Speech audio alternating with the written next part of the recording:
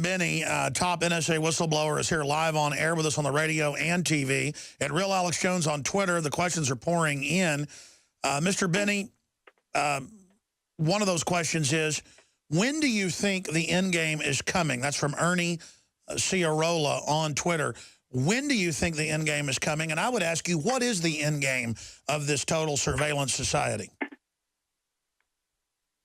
Well, it seems to me that they're tending toward a European-style government, or even more leaning toward a Stasi-type government, a Stasi-run government, where the intelligence service basically determines a lot of the policy of the government. And that's what's happening here.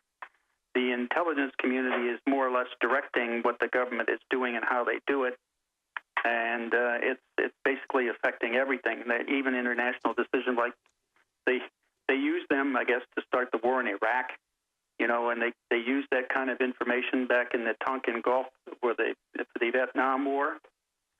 All that kind of stuff is trying to influence how the government's doing it. They're getting much and more involved, and it's building a much larger empire with contractors all around the country, and over, you know, a couple million of them. I mean, it's not.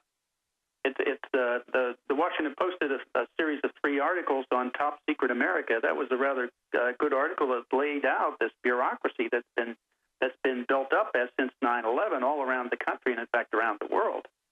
I mean, well, when you push up to $100 billion into the intelligence community every year, I mean, that gets to approaching $1 trillion now that they've spent on this since 9/11. Well, that's the kind of thing that builds a bureaucracy that tends to need to feed and continue feeding. Yes, sir. And so that just continues and perpetuates itself, and they try to gain more and more influence. Like, for example, it came out recently that even when they were when they were running Minaret at NSA, one of the people they hit from the fact that they were spying on them was Senator Church, and he was running the investigation against them.